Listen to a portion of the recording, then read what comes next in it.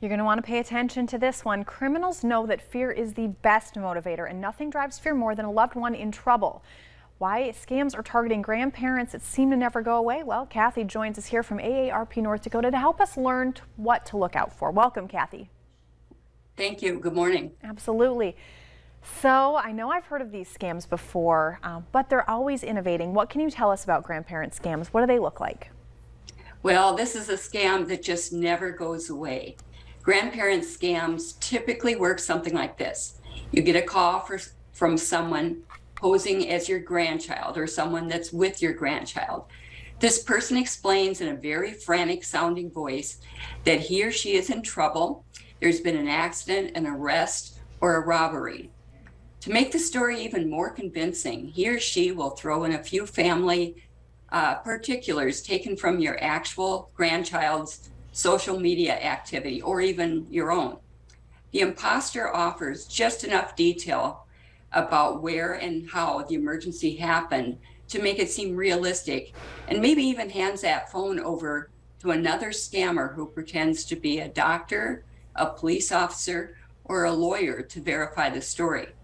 Then the grandchild implores the grandparent to wire money immediately, or adding an extra "don't tell mom and dad."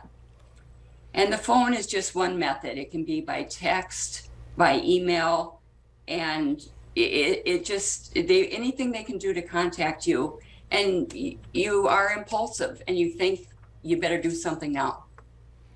Well, I can certainly see how a grandparent would want to save the day in an instant like this. So if somebody gets a call or text, what should they do? Well, that's exactly true. That's a genius of this particular scam. What wouldn't a grandparent do for a loved one? Grandparent scams are related, and related cons are common.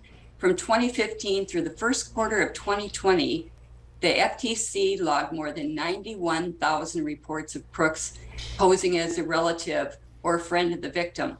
And during COVID, an uptick in grandparent scams occurred as crooks play on emotions and heightened fear of loved ones. Don't think that we're not immune at North Dakota, because this is one of the top scams that they have gotten. So what would be the best way, if somebody is contacted and they're not really sure that it's a scam, what are things we can look out for? What do we do in that scenario when we have somebody on the phone and they say, Grandma, Grandpa, I need your help? Remember, it's certainly a scam if the first thing they want you to do is to send money quickly. And don't panic, no matter how desperate the predicament sounds for your grandchild. Scam artists want you to get upset and distract you and keep you from spotting this as a scam. If this happens, the best thing to do is hang up. And I know that's hard to do, and reach out to your grandchild or to any family member that might know of their whereabouts. Well, we want to make sure that we have every possible resource in our toolbox. And when it comes to scams, it's not a matter of if, it's a matter of when. So where can people go to find out more information or talk to somebody if they think they've been scammed? There's a no judgment number that you can call, which is AARP Fraud Watch Network, and it's a helpline. And it's 877-908-3360.